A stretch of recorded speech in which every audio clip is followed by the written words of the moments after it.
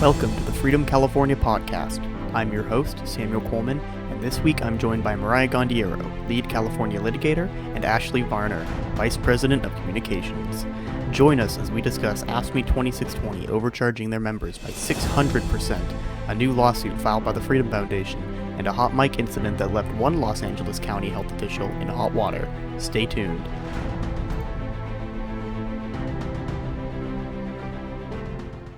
Ashley, Mariah, thank you for joining me on the podcast this week. Again, we're here joined by Ashley Varner, our communications vice president, and Mariah Gondeiro, California's lead litigator.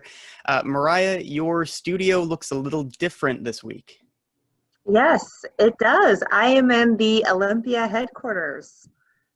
Yes. Great. It definitely myself just for this blog or just for this podcast. We're definitely raising the production value, I gotta say. Yes. We Putting are. us all to shame.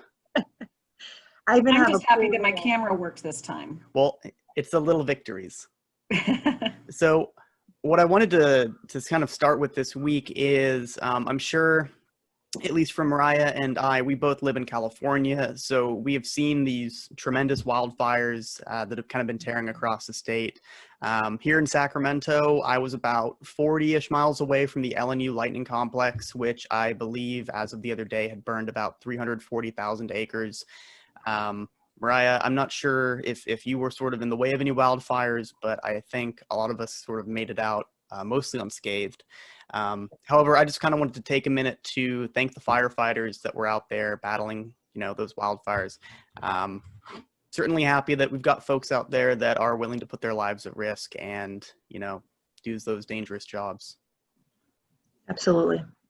Yeah, of course. And we did just celebrate the 19th anniversary of 9/11, where we remember the men who ran into the burning buildings to help people escape. And those were firefighters and police officers. So they are definitely heroes. And I got to tell you, the wildfires, I can't imagine what you guys are going through. I live in DC, and your smoke has arrived in DC this week. It's just insane. I've never heard of anything like that before. So we know it's intense, and we're thinking of you.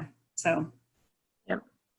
Great. Well, I'm not sure if you guys had seen this, but the California legislature, I would say probably one of the better bills that passed out this last year, was a bill that allowed for firefighters that were convicted of nonviolent crimes, so no arsonists for one, who were firefighters while they were serving their time in prison, are now, it's going to be a lot easier for them to, once they get out of prison, pursue a professional firefighting career. So personally, I think that's really good. Big fan of rehabilitation as opposed to just putting people away for a long time and not thinking about them. So I think that's fantastic. I don't know, have you guys heard about that? I haven't. No? That's news to me, but I think it's a great idea. Like you said, second chances. And if we don't let people rehabilitate and get a job after they've served their time, what are we expecting them to do? We're setting them up for failure again. Exactly. Okay, well, I'd kind of like to get into our first topic now, which is a union, AFSCME 2620, which they represent some employees at the state level. We were doing some research into some 990 forms, which are tax return forms for tax-exempt organizations. Here at the Freedom Foundation, we file one every year because we're a 501c3, tax-exempt for donations, by the way. Just throwing that out there. Here, everyone files one every year, and it kind of just gives a basic, breakdown of all of the expenditures and different things that unions have spent money on and other nonprofit organizations have spent money on throughout the year. Going through this form, we found that AFSCME 2620 claimed to only spend about $17,000 on representation throughout the entire year of 2017. At the same time, they spent more than $72,000 on travel. Their entire budget, I believe, was somewhere in they have a several $million budget. So the question here is, why would anyone ever be a part of a union that spends less than 1% of their budget on them? Ashley, what do you think? Well, I think they're counting on people not going through their books and looking this stuff up, right? They're counting on the fact that people aren't thinking about how much they're spending out of state, sending out of state to who knows where to be spent on who knows what. You know, this is the interesting thing. Public sector employees for over 40 years had been forced to purchase a product in order to keep their job, that if they had the choice, they wouldn't have done. How many other organizations, charities, issues are people supposed to support, whether they like it or not, whether they agree with it or not, or even if they do agree with it, maybe they want to choose how much money they're going to send to an organization. But that's why this whole thing is just fraught with abuse, because the unions have had a monopoly. They've been able to force people to fund their pet projects. And now we're seeing with Janus, you know, we've got over 80,000 people who have chosen to leave already that we specifically have helped. And that number is going to continue as people learn about this. So thank you for doing the work. Yeah. Mariah, what do you think? Well, I agree with Ashley. I think that most people aren't going to look at the actual expenditures and what the union is spending their money on, and because they don't really disclose it. And so if you don't have someone, you know, prompting them, like us, like the Freedom Foundation, they're just not going to look at how their union is spending its money. And I think it also just goes to show why it's so important that we're doing what we're doing, because if no one holds the union accountable, they're just going to continue, you know, spending their money in, you know, frivolous ways. Right. So playing devil's advocate here for a minute, I'm going to, you know, put on the shoes of a union organizer, and I'm going to say, well, You look the part. I look the part. You look the part. Do I look scruffy? Do I look mean? That wasn't a dig. Sam could ever look mean. Even if you tried. Thank you, Mariah.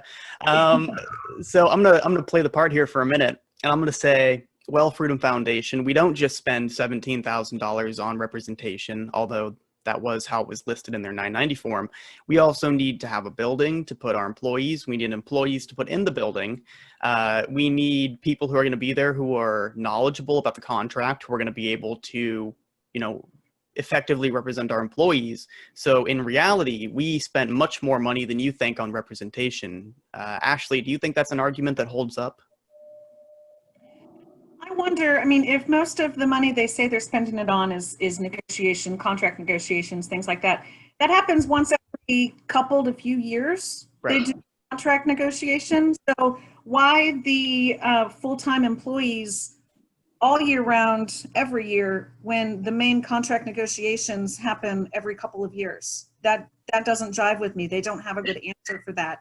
And honestly, from what we're hearing of people who contact the Freedom Foundation, they're not being serviced by their union. They're not getting the representation when they have problems in the workplace. They are not being well served. And so what is that money going for? Why do you have all of these employees again? Because we hear every day from people who are not satisfied with their union representation. So. Okay. Mariah, what do you think about that argument? I just don't think it holds up either. I mean, Ashley just, you know, hit it spot on. They only negotiate once every 4 years. And so I don't understand why they would need that type of a budget. I don't know if it's for travel expenses for lobbying or things that are completely unrelated to collective bargaining, but I can't imagine that they need that type of a budget to negotiate a collective bargaining agreement once every 4 years. Right. Well, we did the math. Actually, one more point. Yeah. I think they also need to explain why they have six-figure salaries for so many of their union employees. Yeah, that is a Union very good members. point. Yeah. Usually when you get paid a lot, it's because of your experience, right? So I just would want to know what their experience is and what justifies such a high salary. Right. Well, you know, we did the math and we broke it down in the blog post titled, I think very eloquently, AFSCME 2620 overcharging their members by 600%. We broke it down, and what we found was if they were to just pay for the bargaining expense, which was listed in their 990, each member could have paid $3.52 per year.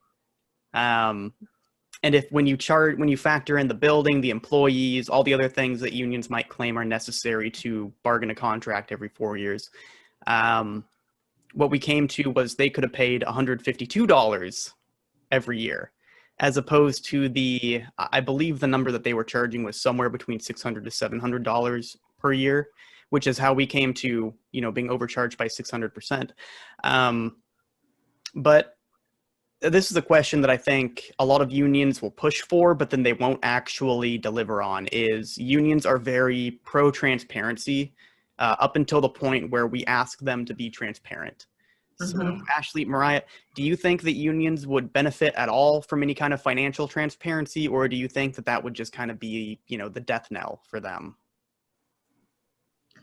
Well, I think they certainly don't want transparency because they don't want their members to know where their money is going, but transparency would be great for the public. I mean, because the union is going to have to be forced to recommit themselves to serving the people, because I don't think any rational person would stand for a union spending the majority of their budget on things completely unrelated to why they're even a union and representing them. Right. They absolutely must be held accountable to transparency, because what people don't often think about, public sector unions, government sector unions, they're paid, they get their dues money from government employee paychecks. That's my money. That's your money. That is taxpayer money. So at the end of the day, or really from the very beginning, the unions are taking taxpayer money to support their pet projects and their causes. And we, the taxpayer, need to know what they're spending their money on, because it is our money. It's not just the paycheck dues coming out of the actual employee. That is my money. That is your money. That is every taxpayer.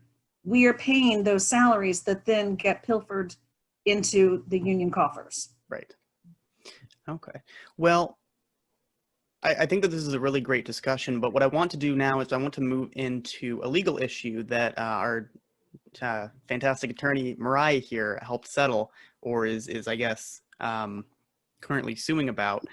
Mariah, could you explain to us a little bit about the Stoia case and why the Freedom Foundation is representing Mr. Stoia?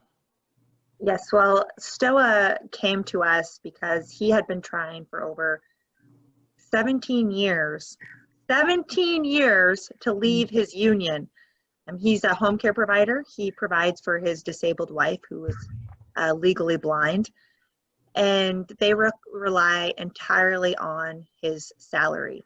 They have sent letters to the union. They have physically drove to the IHSS department, the in-home house supportive services department, and several times, and the union didn't stop the deductions until we actually got involved. And so that was about this summer, and so they stopped the deductions in August. However, we sued because they need to reimburse him for the past 17 years that he has tried to leave the union, and they didn't do anything. And on top of that, not only were they taking union dues without any form of membership or any authorization, they were also taking an additional political assessment fee. So it's just one of the most egregious cases I think we have at this point.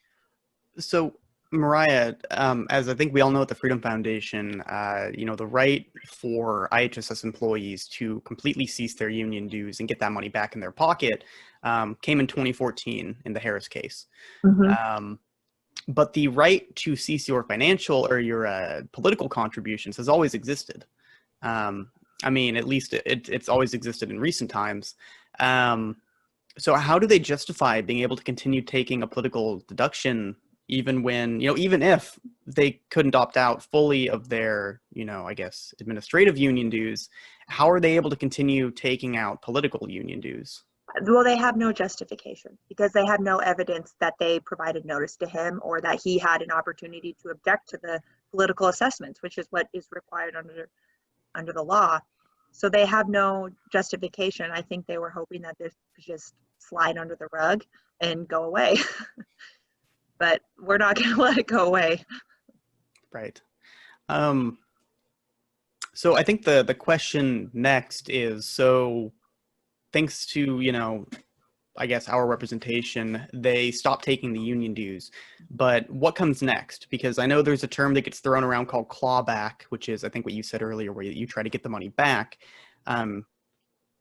Is that where we're headed now? Well, we want everything that was taken without his authorization. So we would also be relying on the Janus versus AFSCME Supreme Court decision that requires that, in addition to abolishing mandatory agency fees, it requires an opt-in approach. There is no evidence that that Mr. Stoia signed anything, let alone gave his oral commitment to joining the union. So we would also be relying on that Supreme Court decision, and also Harris, because Harris had also ruled that partial public employees like home care providers have a right to not be in the union. Okay. So is this similar to the other forgery cases that we have in California, or is this different?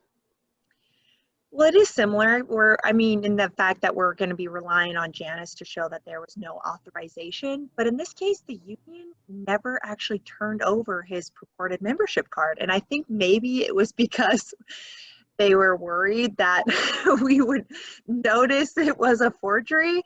And so they haven't turned anything over. Okay. So that's how it's different than the other cases, in that they turned the membership cards over and said, oh, here's your signature, you signed a card. And then the providers were like, no, that's not my signature. But they didn't do that here. So maybe they're realizing that the providers are catching on and I guess smarter than what they think.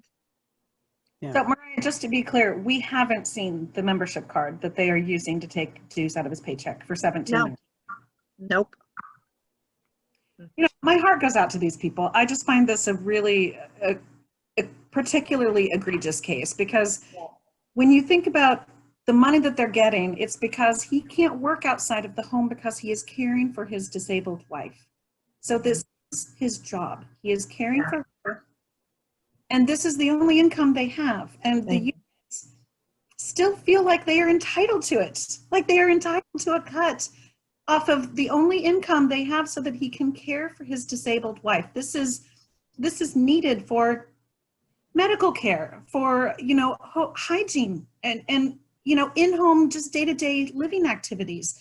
And unions think that they can get a cut off of that. It appalls me. But the fact that they've been ignoring phone calls go unanswered, voicemails aren't returned, letters aren't read, and when they go and drive to the office and try to speak to someone in person, they are given the runaround just to make them go away so that they can continue taking money off the top. It is truly disgusting. I just want to say that for the record.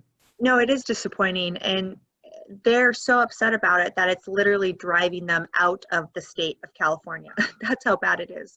They want to leave the state so they can avoid these deductions. Thankfully, they stopped because they realized we got involved. But yeah.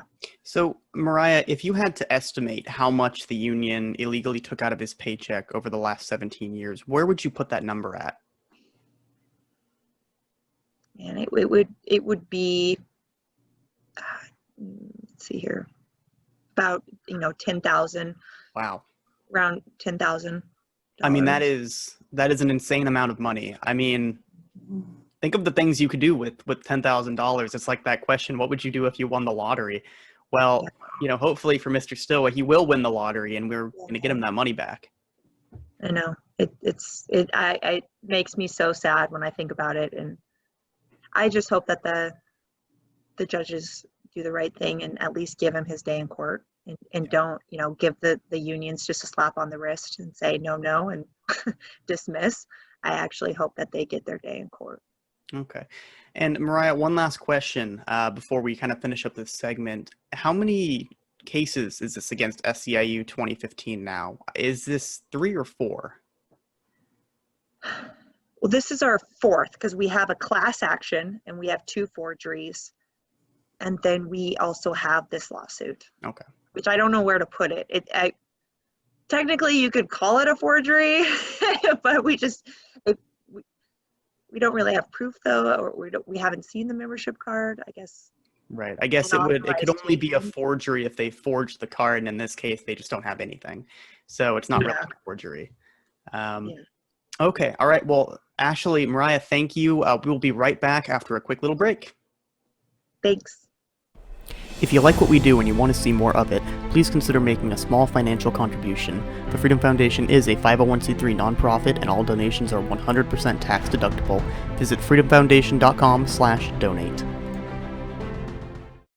All right, Ashley, Mariah, thank you for rejoining me after our little break. I did just notice, though, we do have a little Halloween decoration hanging up there in the corner, my little skeleton.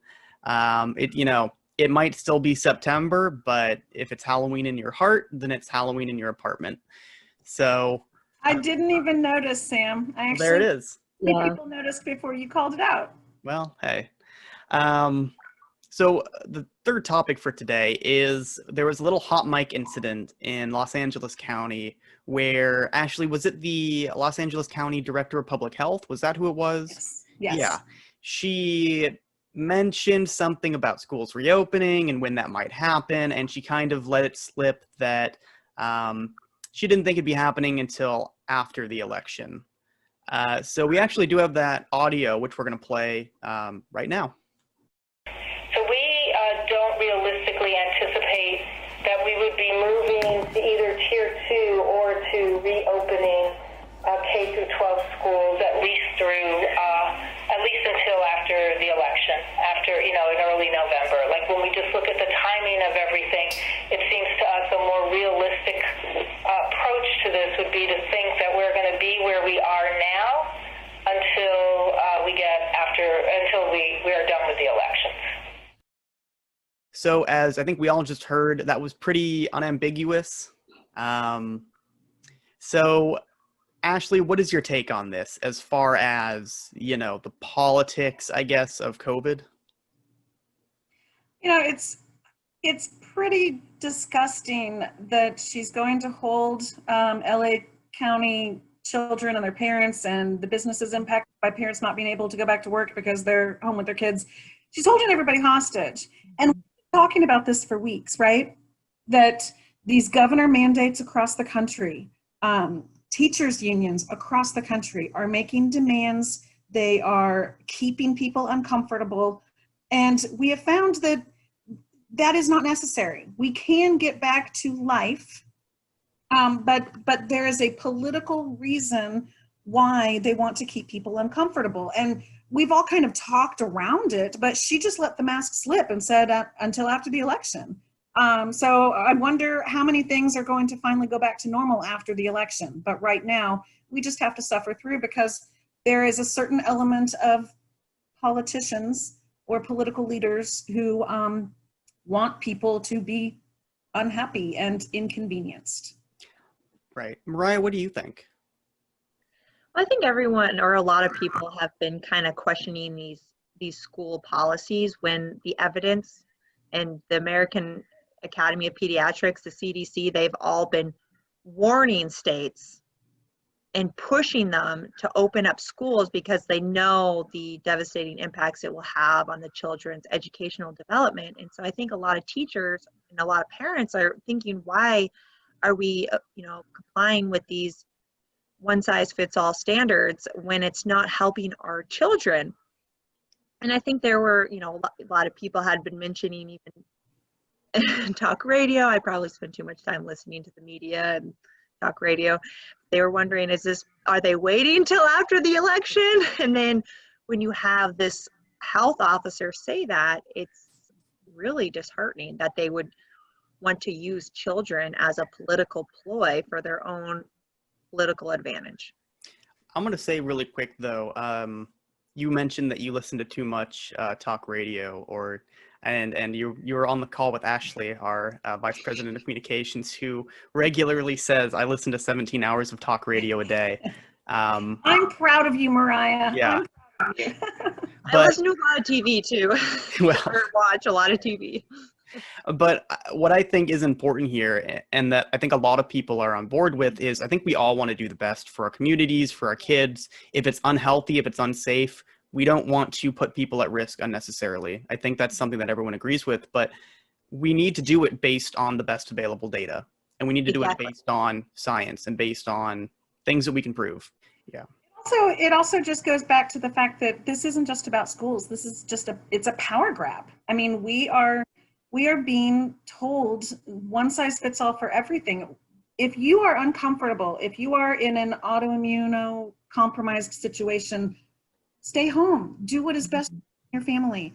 If you're worried about going to the grocery store, send someone else, or delivery services or whatever, let people decide their level of risk and then act accordingly based on the decisions they make in their own life. We've given over these emergency powers to these governors and mayors and even now unelected health bureaucrats. And they are very comfortable with the powers that they have grabbed, and they're not going to give them up very easily. That's the most worrying part for me, I think. I would agree with you. That is what really worries me as well, is I think masks and school reopenings is all kind of a backdrop. And what we're really seeing here that is startling is this sort of rise of, I don't want to say one man rule, but the rule of a small group of people who are either unelected or, you know, I think that this power ought to rest within the legislature, and it should be up to the courts to decide what the legislature does is legal. And that's exactly what we saw in Pennsylvania, where the court struck down most of the lockdown requirements put in by the governor. And again, it doesn't matter how you feel about it. It matters, is it constitutional? Yeah. Does it take away your rights? Exactly. Those are the questions we should be asking. And I think we get lost in the weeds a little bit with some of the other stuff. I completely agree with you. I think what worries me, and you guys have kind of touched on it, is that these governors are inviting the court to set a precedent that states can use their emergency powers in whatever fashion they deem necessary, which is very, very dangerous. Because if they can deem this a public health crisis and they can suspend or try to suspend constitutional rights, you know, what are they going to do with future, you know, risks to public health? Right. Okay. Well, Ashley, Mariah, I want to thank both of you for joining me on the podcast again this week. Again, I'm Sam Coleman, the California Outreach Director, and thank you to everyone who took the time to watch this.